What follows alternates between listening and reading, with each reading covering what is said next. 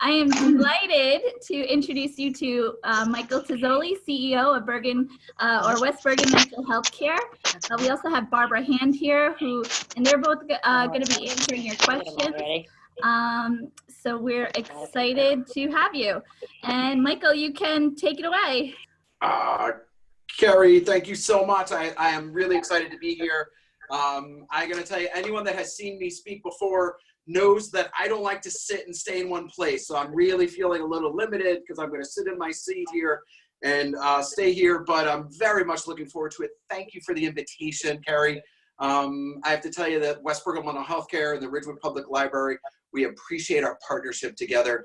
I think that together we are two organizations that in some ways quietly have the kind of the fabric of the town and of the community together, and working in partnership together, of course, around Mental Health Awareness Month and all kinds of other things, I think really has a lot of legs to it, and I'm looking forward to seeing where that goes. Shout out, as you did, to Barbara Hand, who's our Chief Development Officer, who is really the project lead in terms of West Bergen and the library. And of course, thanks to Nancy and the whole staff over at the Ridgewood Public Library. We love you guys very much. And we're only a couple blocks away from each other, so we love that. Just a word about West Bergen Mental Healthcare for those that may not be overly familiar with it. We are located in the village of Ridgewood. We are a nonprofit, been in the village since 1963, actually. We're a little bit bigger than most people think. They think of us usually as a little mental health center over on Chestnut Street. At this point, we're employing almost 300 people. And this year we will touch almost 4,000 lives. I think by the end of this, particularly the pandemic, we will touch 4,000 lives. So proud of that, proud of our team. I'll tell you that the team has incredibly stepped up during this pandemic.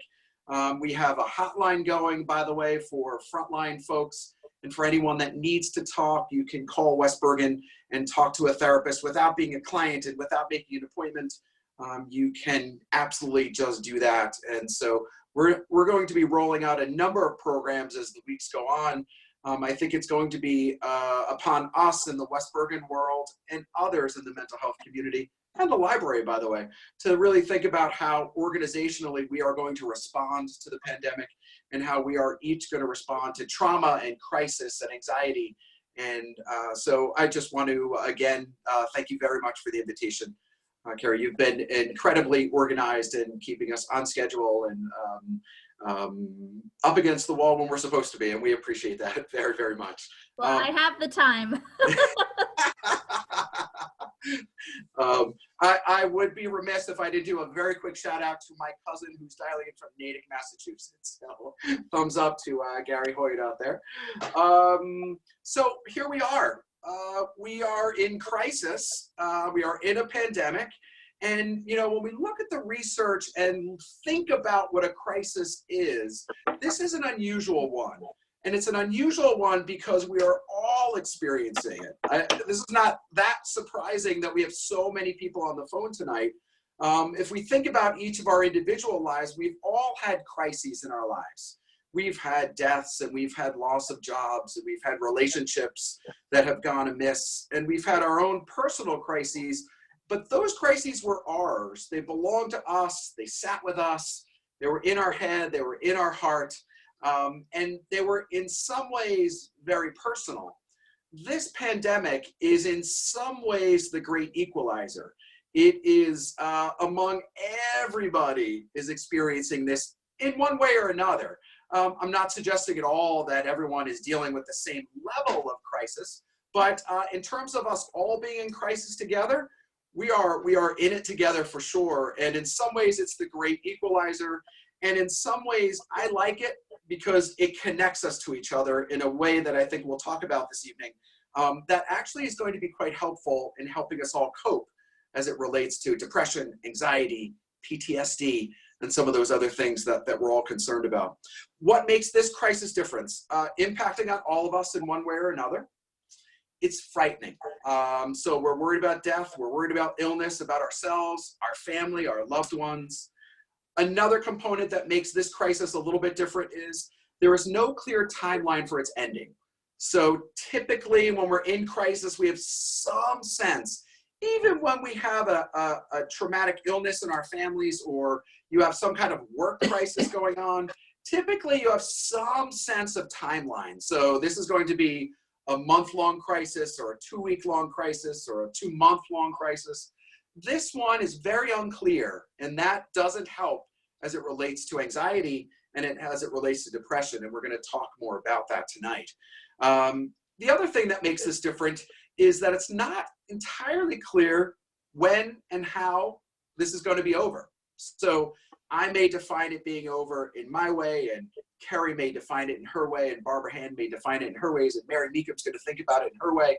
We don't know what it's going to be like when it's over. We don't exactly know what the world is going to be like when it's over. So those all kind of come together, and although they're a great equalizer and we feel connected to each other around all of us being in crisis, there are a number of significant issues here that make it worthy, let's put it this way, of spending an evening together and just some time, about a half hour or so or more, to think about how we can each individually cope with this crisis. So thank you again for joining us. I'm going to this evening really center in on 4 things. And when we designed this talk, and we've done this a few times, I have to say this is the biggest group we've done it with so far, so thank you for that, Carrie. You've really gotten the word out. The reason we're picking 4 things is because we really wanted to center in on not just theory. You know, my field loves theory, psychological theory. We can talk theory, we can talk theorists, we can talk all kinds of things. I think what we're each looking for and needing for this evening and going forward are some very concrete takeaways, some things that you can literally, pencil and paper, literally write down. And I'm going to challenge you to do a few things this evening and go forward. And I'm going to look forward to hearing from each of you through either Facebook or LinkedIn or however you want to communicate with us. But know that the 4 things that we're going to talk about are important. They are based in research. So although I'm not going to sort of get into the weeds of brain methodology and neurology, know that each of the recommendations that I'm going to make are in fact based on research largely around post-traumatic stress disorder, largely around anxiety, largely around that body of research that's crisis related. And luckily there is a tremendous amount of it that we're drawing from as we kind of go forward. So number 1, what I am calling back to basics. So often when a client comes into our offices, the world is in chaos and their world is turned upside down. And I'll be honest with you, as a therapist, you almost don't know where to start because there's so many little fires going on. So one of the techniques that we use as a therapist, and I'm going to implore each of you to use it, is to think about going back to the basics. So we're going to eat well, we're going to sleep as well as we can, and we're going to get some exercise. So back to basics means basically thinking about the bodies that we exist in, and it's got our brain and our heart, and that's really what we're here to talk about tonight. But make no mistake, our brain and our heart sits in our bodies, and we need to pay attention to those in order to balance ourselves and offset, or head off is probably a better phrase to use, depression, anxiety, post-traumatic stress disorder, and those things that some of us are concerned about.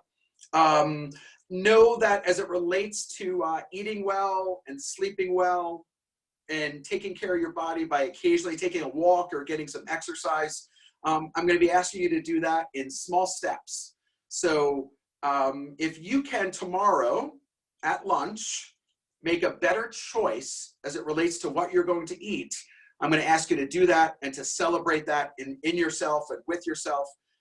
Know that for each of the things that we're discussing this evening, we're really thinking about baby steps. So we're thinking about those little steps that we can do together to accomplish a goal that will eventually get us there. I like to say to clients that, you know, thousands of baby steps together make a life. That's sort of how our lives are constructed. We have these tiny little baby steps throughout the day, and that goes into a week, and that goes into a month, and into a year, and into a decade. Baby steps together really make us who we are. So get out there, a little bit of exercise, eat as well as you can, sleep to the extent that you can. I'm going to even give permission and actually suggest that if you're not sleeping well during the night, so if you're not getting that 6.5 to 8 hour range, then I'm going to recommend a nap during the day. I'm not a huge fan of seeing a few thumbs up there. Naps really are helpful. Not a big fan of 2 or 3 hour naps, because that we start to change our brain dynamic at that point. Looking for a nap in the 15 to 50-minute range, somewhere in that, every day, to help your body reset, to help you feel a little bit better, a little more rested. You will be better off from a depression, an anxiety, a post-traumatic stress disorder point of view if we can get your body to rest and to eat well and to just think and feel a little healthier. Little bit of a word. This, by the way, is cranberry and seltzer, and only cranberry and seltzer this evening. I'm going to suggest that we cut down on our alcohol consumption during the crisis. Although that can certainly be a short-term fix, help us feel a little bit better. And listen, anything in moderation is just fine. But I'm going to suggest that we sort of pull back on that a bit, because we really need to sort of watch that in ourselves. Again, thinking about our body and thinking about how we kind of manage ourselves is important. So step number 1, back to basics. Eat well, sleep well, exercise, cut back on the booze a bit, take a nap. Those are all baby steps if we could. So, all right, number 2, structure and schedule. So what I'm going to challenge us to do, even those of us that are working from home, or those of us that are retired, or those of us that have different schedules than we're used to, I'm going to suggest a piece of paper and a pen every morning. I would like to see a written schedule, believe it or not. So it could be bullet points. Break it up if you would. I'd like to see a couple of bullet points on what you're hoping to do, accomplish, and actually how you're going to do it in the morning. I'd like to see a few bullet points for the afternoon, and I'd like to see a few bullet points for the evening. So basically those 3 categories. And I'm also talking social and relaxation. So if the evening includes a really nice dinner, by the way, Cinco de Mayo tonight, hope everyone celebrated with a nice dinner. If it includes a Zoom call-in to do something positive for yourself like this, or does it include a movie that you're going to watch on Netflix or something like that? That's fine. But what I'm looking for is a schedule. A schedule is going to provide you structure. It's going to provide predictability too. So think about this with me for a moment. If we are in a day where we are feeling out of control, and we're feeling like the pandemic is on top of us, and we don't really know when things are going to calm down, we need to do what we can to feel more in control over our lives and have more structure over our lives. A schedule will allow us to do that, believe it or not. It also provides some accountability as you kind of go through the day and say, all right, I'm feeling a little lost at this moment. I'm feeling a little anxious. I'm going to get my schedule out and figure out what I'm going to do this afternoon. So, hint for those of you that are home with kids, I would recommend a meeting with your children in the morning where you together as a family do the schedule. Particularly kids that are now have been abruptly and rapidly taken out of class and school. We're looking for schedules. We're looking for predictability. Children and adults need predictability. And so jump on that by tomorrow, start your schedule, and hold yourself accountable for that. So that is number 2. Number 3 is an easy one at first. I find people have a really hard time with it. So stay with me here for a minute. I'm going to challenge you to limit your news intake. So in this day of pandemic, when there's so much information, the computer, right, by the way, 6 inches off to my right here, and televisions are on and the radio is on in the car. We're taking in so much news. And that, by the way, can be adaptive. So because when we're in a scary situation that we don't understand, having news and having input to help us connect some dots does help us. But, and it's a strong but, the news is also full of some scary information. So whenever you hear a news conference, inevitably the governor or the mayor or others will get on and they'll report deaths and they'll report hospitalizations and they'll report number of machines in the hospital that are needed. And there's a fear attached to that. When we experience that over and over and over again, certain chemicals get fired in our brain and they hover in the different parts of our neurons and the different parts of our brain. And that actually can lead to depression. It can lead to anxiety. More concerning to me, it can lead to post-traumatic stress disorder. So it's the frequency of that scary information coming in and those chemicals firing in our brain. So I'm asking, I'm pleading, I'm strongly suggesting that we limit our news intake to something that's more comfortable for you. So does that mean that you do a morning news check-in and perhaps an afternoon check-in or a dinner time type check-in? That's fine. I'm going to be asking you to limit it to one news show, fairly brief, 30 minutes or less. If you absolutely must do a late evening check, that's fine. I'm only going to go for that, though, if you don't have sleep interruption.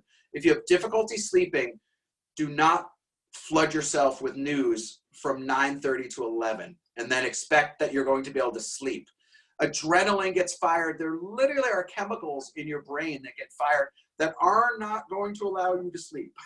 So I find on this particular suggestion that lots of folks get it. They sort of intellectually get it in the moment and they agree with me in the moment. And then when I kind of check in with them, they give me this little sort of half smile, like, oh, I'm not doing so well with that. I seem to be watching the news more frequently. And listen, it's much easier said than done because we're all sort of hanging through Facebook and Instagram and some of our other social media channels, all of which are now integrated with news. So that makes it really hard. It truly does. I almost wish we had classifications in our social media where we could sort of shut off that news component to it and truly be social with each other. But I'm asking you to limit news. It's based largely on brain research, largely on chemicals that we're trying to prevent. And so again, baby steps. If by tomorrow you can cut down at least one of your news sources, one time where you would have sat together or by yourself and logged on and saw some news, I'm going to be happy and you're going to feel better. So please think about that if we could. Number 4 of our 4 takeaways, our concrete 4 takeaways that we're looking for this evening is what you're doing right now. Connect with others. So find a way for you to connect with others. And whether that means a Zoom meeting with the Ridgewood Public Library, or that means a socially distant walk, or that means sitting as I do, for example, in the late afternoon. I love my front porch because I live in a little town in Westwood, and I have this great front porch that I see neighbors going by and people are walking dogs and people are looking to connect. You can sort of feel that as they walk by with their dogs.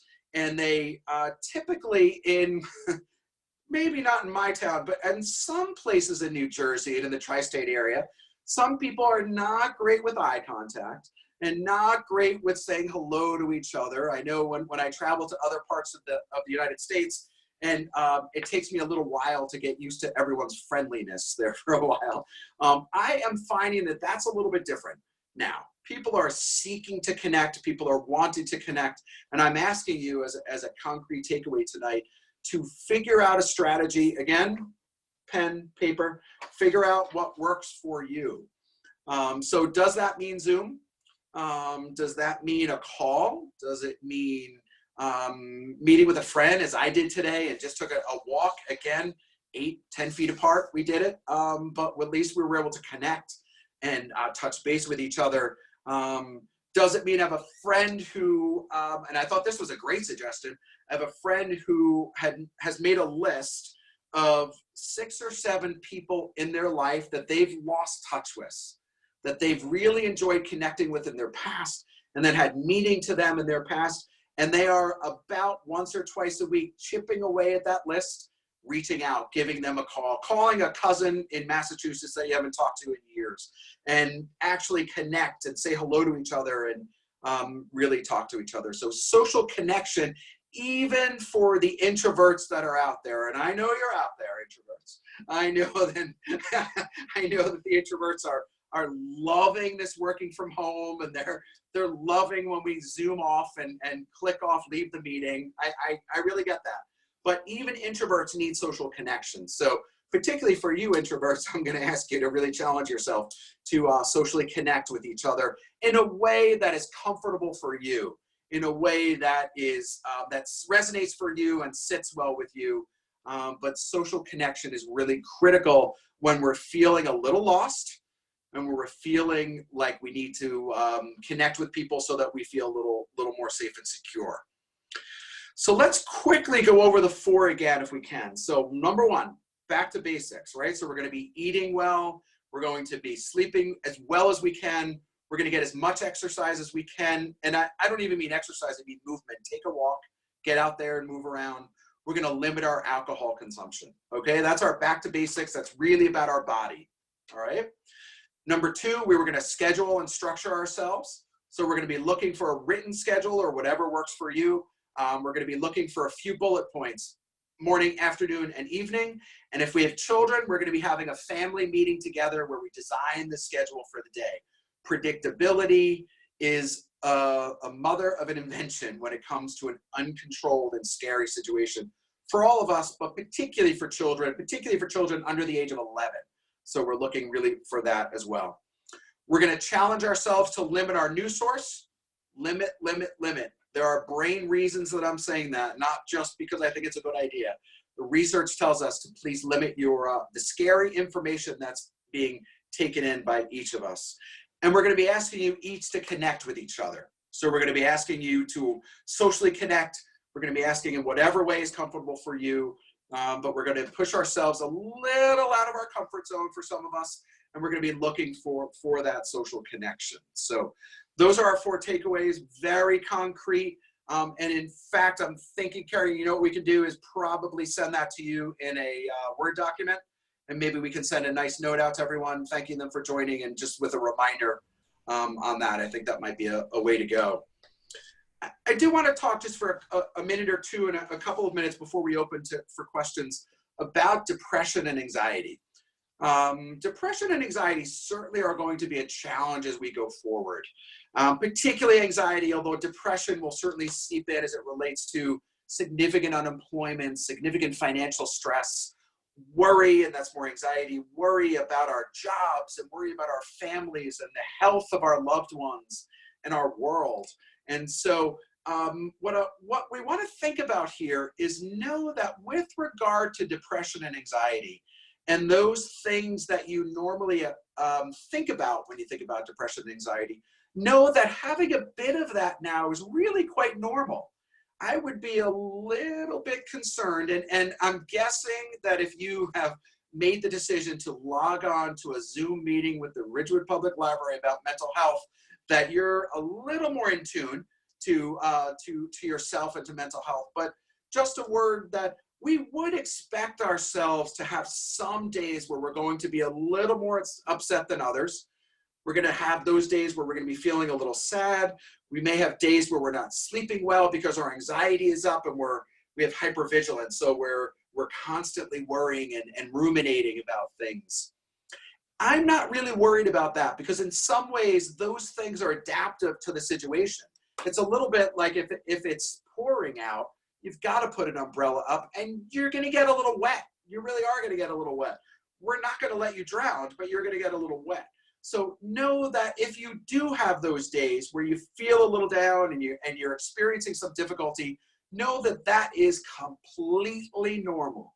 We would expect that, and in many ways we would anticipate that. It's when it starts to worry you, where your depression or your sadness is a little more than usual, if that step number 2, that structure and schedule, kind of has nothing next to it at the end of the day because you didn't really do anything today because you stayed in bed, or you didn't meet some of your commitments, whether they be professional commitments or personal commitments because you just felt too down.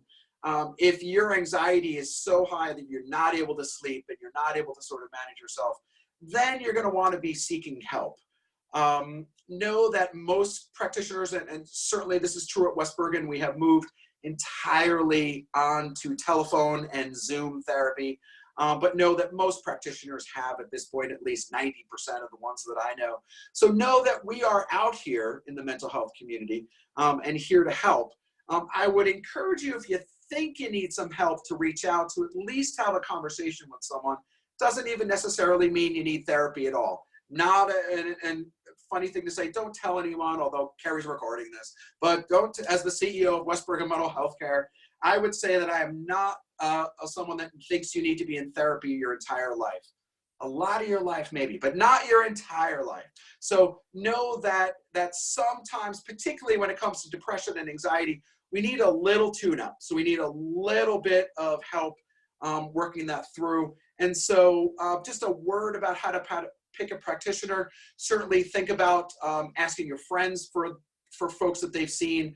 If you've been in treatment before with someone that you feel good with and resonates for you, that's always a source. Certainly reputable organizations like West Bergen or many, many others that are out there that are reputable and have absolute high standards in training. Know that we're out there. And so although this sounds like a mixed message, where on the one side I'm saying to you, know that we're going to all experience some depression and all experience some sadness and all experience some anxiety. That's to be expected. I think what I want to say to you very, very clearly is the good news here is that if it does get bad, and it does get to a point where you feel like you need some help, or sometimes it's not us, by the way, sometimes it's our partners, our spouses, our kids, our families that are saying, you know, Mom, you're not yourself. You don't seem yourself. You don't seem your usual enthusiastic, happy, positive.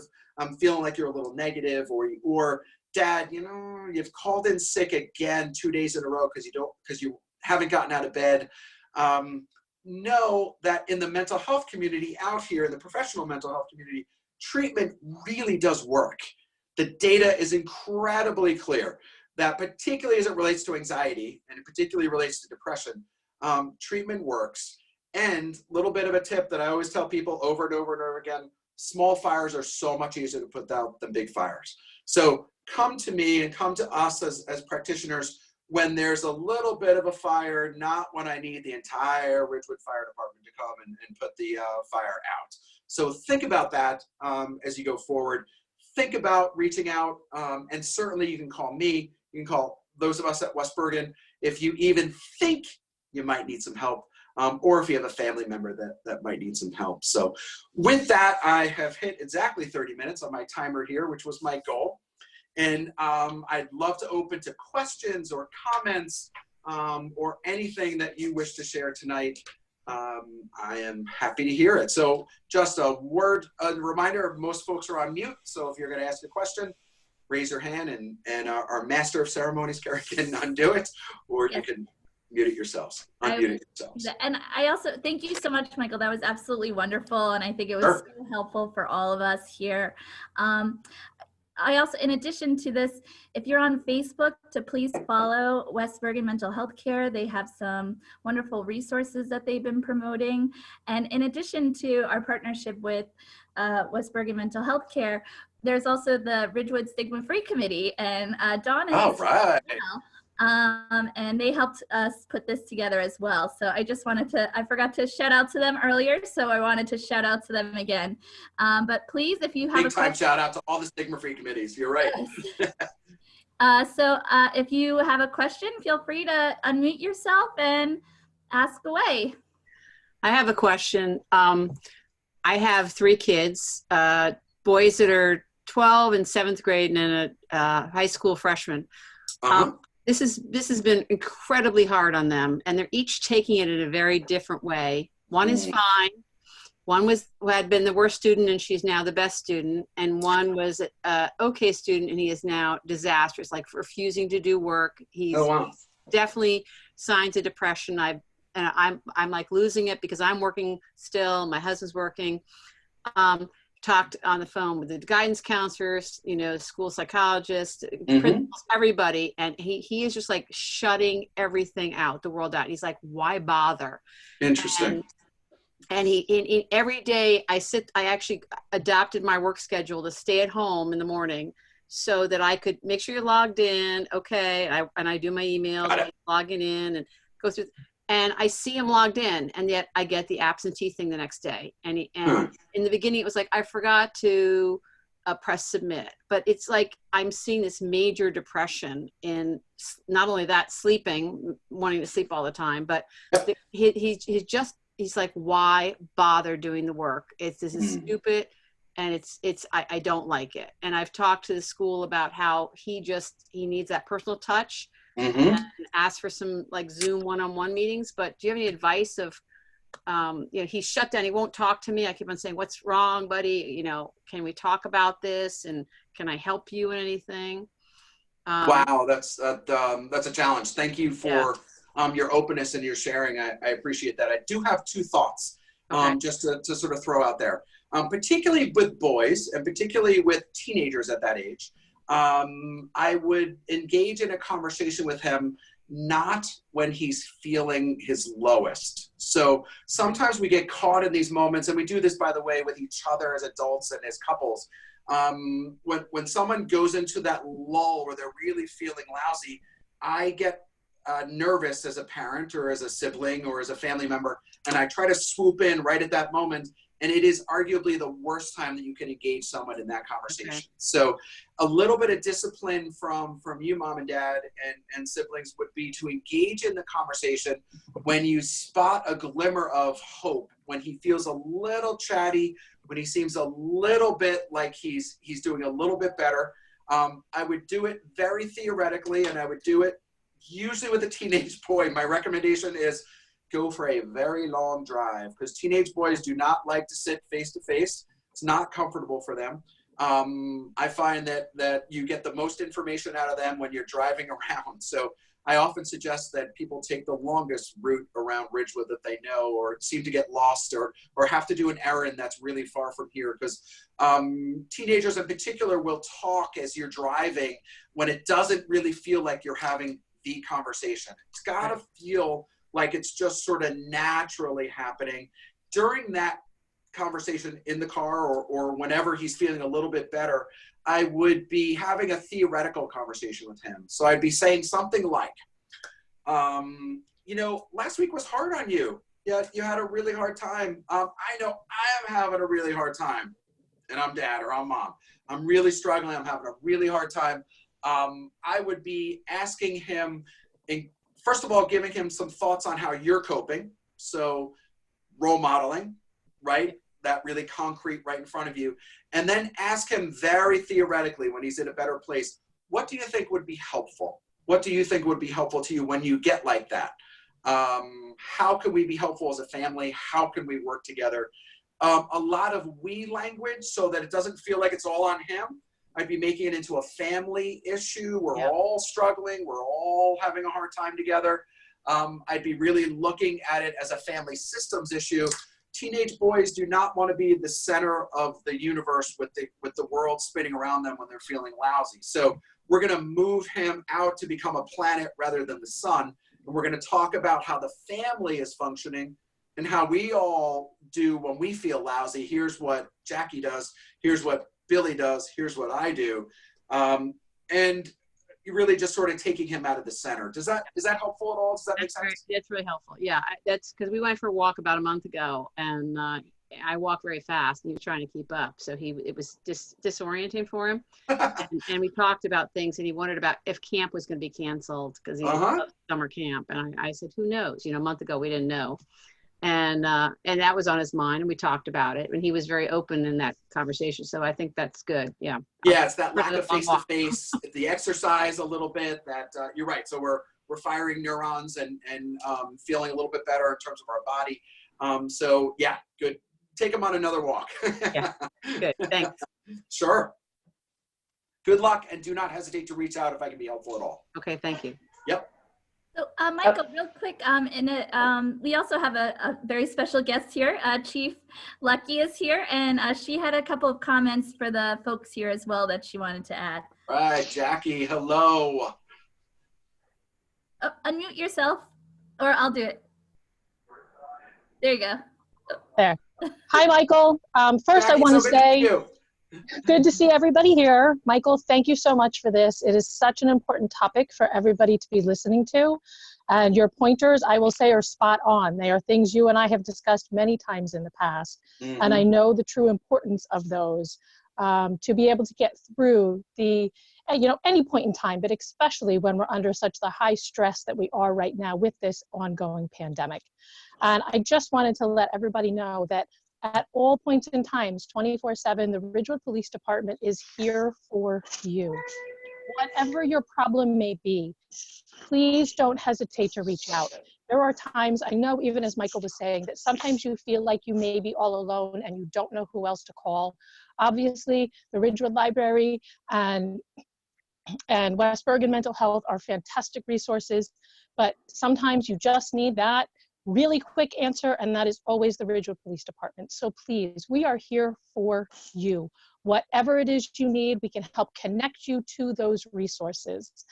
Being here and being together is what is going to get us all through this crazy world that we're in right now and make us come better on the other side. So again, Michael, Kerry, thank you very much for hosting us tonight. Jackie, big shout out to the Ridgewood Police Department. We love our partnership with you, and you and I have dealt with some interesting and touchy situations, and I appreciate your support. It's very, very, very good. I think I saw some people raising their hands. Someone else had a question. Elizabeth A., I'll unmute you. Hi, Michael and the Ridgewood Library. Thank you so much for putting on this talk. It's really helping me. I am single, retired, I live alone, I have a lot of friends, I have a significant other. I sleep really well, I eat really well. What does it mean when you sleep too much? When you take a nap and you just can't get out of bed and you go back to sleep, what does that mean? In terms of sleeping too much, you broke up a little bit. Yep. Yeah, sleeping too much. What does that mean? I mean, you sleep well at night and go back to bed. No, that's a fair question. I appreciate it. Sometimes when we're assessing depression in particular, and I'm not suggesting that you have depression, but some of the things that I look for and we look for as a clinician is those things that are outside of our normal range. So we're looking for concerns that you might have where you're not sleeping enough on this side of the bell curve, or you're sleeping too much on this side of the bell curve. So if that's not quote unquote normal for you, or how we would word it, within normal limits. So if you're a usual 9.5-hour sleeper and you've been that way for 3 decades, I'm not worried. If you're a usual 7.5, 8-hour sleeper, but you're now in excess of 8.5 or 9 or something like that, sometimes that can be a sign in ourselves that we're checking out a little bit, that we're sort of shutting down a little bit. Sometimes that can be a sign that we may be struggling a little bit with some things that it would be helpful to come talk about.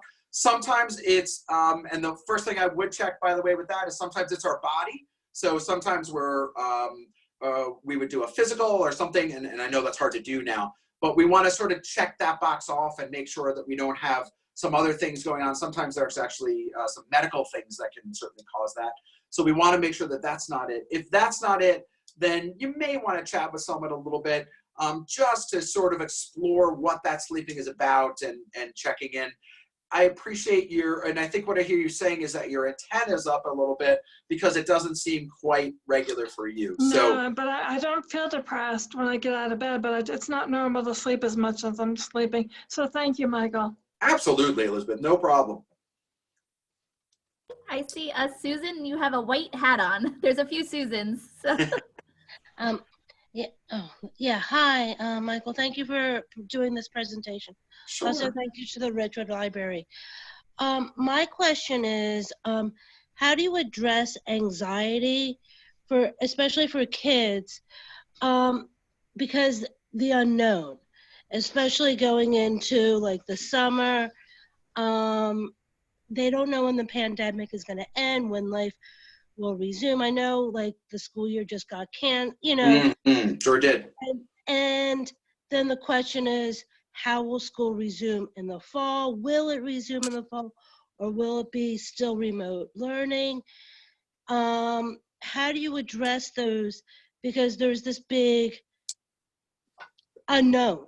Yeah, big question mark. Sure. Schedule and all that, but it's still like, how do you prepare? I mean, I have a child who thankfully is going from freshman to sophomore, but now I have an 8th grader going into high school. Oh, wow. Sure. It's different. How it's going to be, the placements and all that that was postponed. So where do we go from that? You know, how do you prepare somebody? Great question. An excellent question, by the way. Very, very good question. So a couple things immediately come to my mind. First, I would be honest with what you know and what you don't know. So that sort of authentic conversations with our children where we say, yeah, I don't know what it's going to look like this summer. I don't know exactly what it's going to look like in the fall. I'm pretty sure they're going to figure some things out by the fall. I don't know what that's going to look like, but reassuring the teenager or the young person that there's all kinds of people that are doing planning right now, literally this evening at this moment. From the governor's office all the way down to your local school district, there are people that are very, very busy right now trying to figure out what the world is going to look like for our students, and they're going to roll that information out. So saying to him that, yes, we do not have the answers right now, but we absolutely will have the answers sometime in the future. We're not going to go into September with an I don't know. I guarantee you're going to hear from the school sometime over the summer with what their plans are going to be. I don't know what the plans are going to be. I don't know if that means distance learning. I don't know if that means a hybrid, but there is going to be a plan. So reassuring them that there's lots of people that are working on it, that it's, you know, everyone's just not sort of forgetting about it. I realize, and the rest of us realize, that your concern is everybody else's concern as well. So we're really going to work on a plan. For you and your family this summer and into the spring, what can you do, I would be asking myself, to have the most predictability? So is there anywhere that you're going to be able to go this summer? I don't know. But I just don't know. But are there one or two things? Can you plan a ride somewhere into Pennsylvania for a day next Friday? Can you plan something the week after that? And having some sense of schedule and some sense of control, maybe even inviting the two kids. So I would have my list of, listen, we can't do a lot, but we can absolutely take a ride somewhere that's pretty cool. We can take a ride to Bear Mountain. We can take a ride to Seven Lakes Drive. We can take a ride down the shore. We may not be able to get out and do our usual things, but we can take a ride and go see some things. Here's a list of 4 things. I would be at the kitchen table saying, next Friday or whatever day looks beautiful weather-wise, where are we going to go, kids? Your call. You choose from this list, and what you decide to do is what we're going to do, thereby giving them some sense of control over a world that feels uncontrollable, still keeping them safe, right? So we're going to be taking a ride through Seven Lakes Drive and maybe getting out if there's a safe place there with no one around, just to get some air. That actually will help you kind of think a little bit differently, shake the environment up a little bit differently. You're going to be able to have those conversations that we talked about with the last question, which is those teenage conversations in the car as you're cruising up Seven Lakes Drive are going to be qualitatively different than the ones that you're going to have at your kitchen table. And so anything that you could do to make the world a little more predictable, and what you could do for your family, and reassuring them that from the superintendent of schools to the county superintendent to the governor, everyone is worried about school in September. So there's going to be a plan. So. Okay. All right, great. Thank you. Sure, Susan, sure. All right. Thank you. Great questions. I love them. I Mary Ellen Shea. Hi, great. Can you all hear me? Can you hear me? Absolutely. Yeah, great. Hi, Carrie. I don't know if you remember me, but we miss you over here. I miss you. Thank you. Thank you so much for this presentation. My question, I have 2 boys, 2 adolescent boys, and my question is that this is the age where social development is extremely important.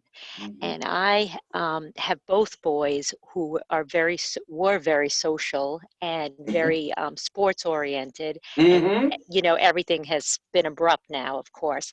And my oldest, who's in high school, stays in his room a lot. Um, you know, he's doing homework. He comes out, you know, a little bit, but they are very involved in gaming.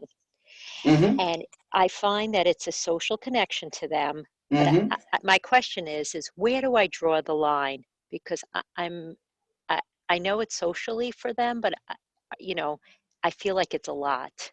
Mhm. So how do I draw the line with that in Sure. terms of Good. social media and gaming? Yeah. Really good question, Mary Ellen. Very, very good Yep. question. By the way, Yep. love your background there, San Francisco. Very cool. Oh, Love thank it. you, thank you. Thumbs up. Thanks. Love it. I In shake this it moment, I'm up feeling every quite Zoom. relaxed and yeah. I know. I shake it up every Zoom meeting. You should I see my love it. background. I love it. Thank you. That's helping me. I'm taking that in and feeling good about that. So thank you for that.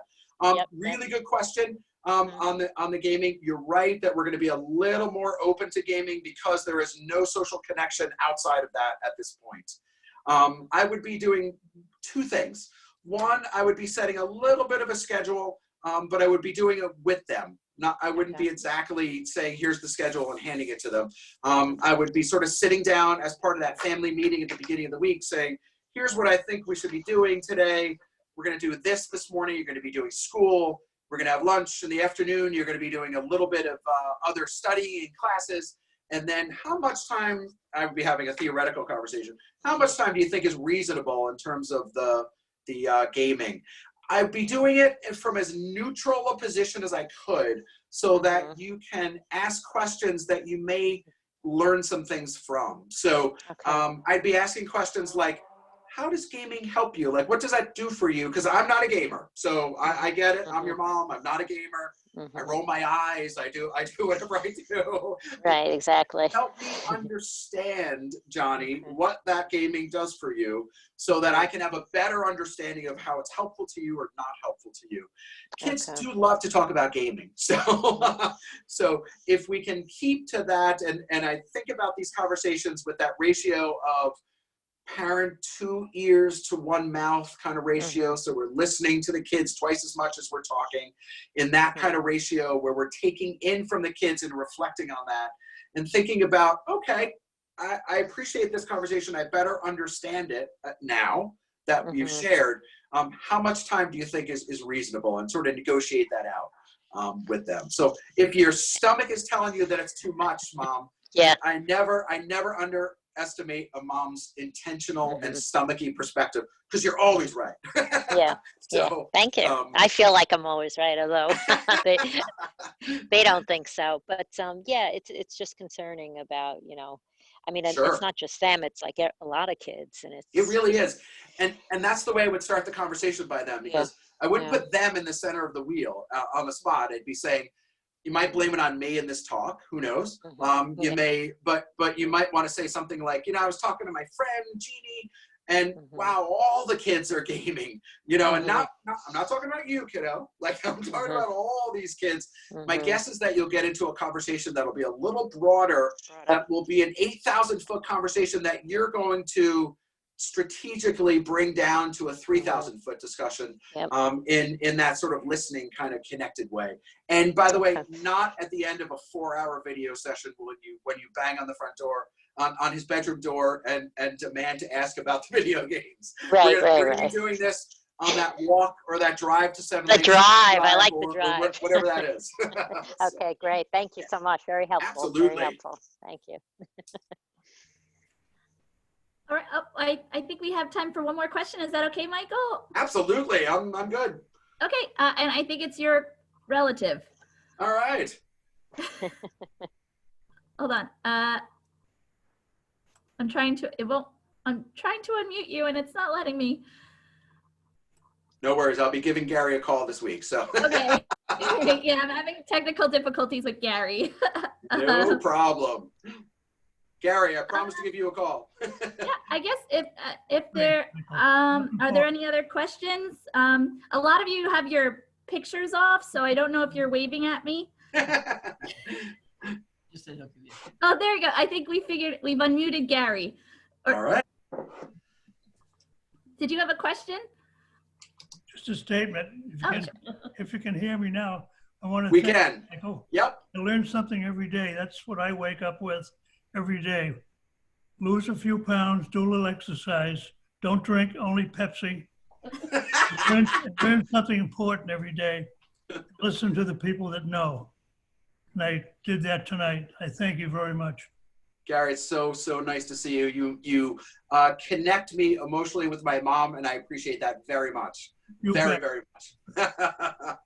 Ralph was my favorite uncle. Ah, love it. Love it. Alrighty. Well, I just wanted to thank everyone again for coming. And thank you so much to Michael Tozzoli and Barbara Hand and I can't say West Bergen Mental Healthcare for some reason. But this was so important. I see Dawn has her mute off. Dawn is the chair of the Stigma Free Committee in Ridgewood. And yes. this is really helpful. I just wanted to say that this was so great. I listened. I was doing a bunch of other things while I was listening, and I kept stopping and taking notes. So I look forward to having the Word document of a lot of what you said. And I am dealing with a lot of that stuff with a teenager at home as well. So it was really very helpful. I appreciate it very much. Thank you, Michael. Dawn, your work is important, and I hope you know that. It really is. Thank you. And so is yours. And especially at this time, we all need each other. Indeed. Yeah. And Carrie, can I just throw something in too? Of course. I just wanted to say to all of you, we are really so incredibly grateful that you have joined us tonight. And Carrie and everyone at the library, you all have a very special place in my heart, and you know you do. So thank you for hosting us. Thank you for being such a wonderful partner. But to any of you out there who feel like you are needing any kind of guidance at all, please reach out. I know Michael said this, but to any one of us on the staff or speak to people at the library that you know and feel comfortable with, we keep all this very confidentially. We will certainly help you find some assistance, some guidance, some help. So please don't even hesitate to ever do that if that's something that you need. And if you ever, we post, as Michael mentioned before, or Carrie mentioned, we post mental health tips on our Facebook page, so please follow us on Facebook.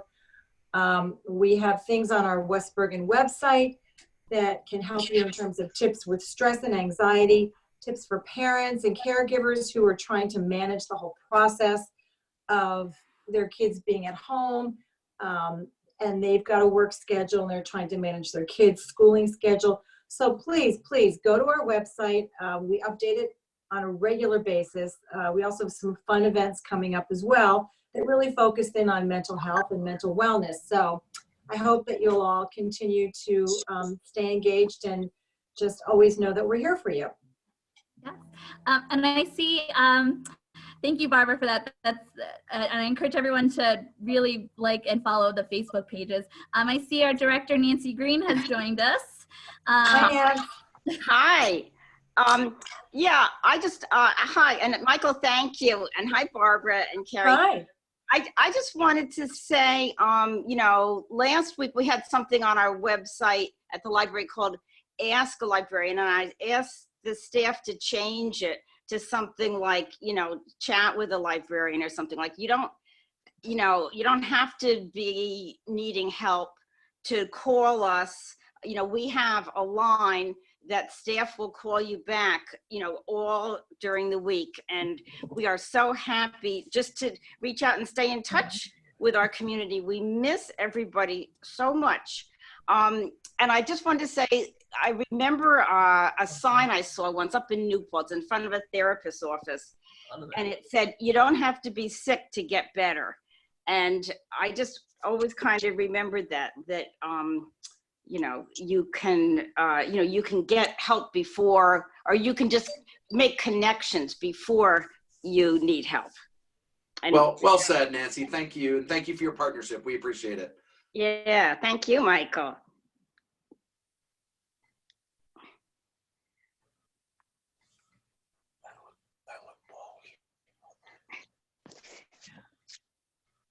I'm muted now. Well, I think that was a wonderful program. I know there were a few people that arrived late, but we did record this, so we can share it with you if you missed the beginning, or even if you just want to watch it again. Again, I can't thank you guys enough. This was absolutely wonderful and exactly what we all needed.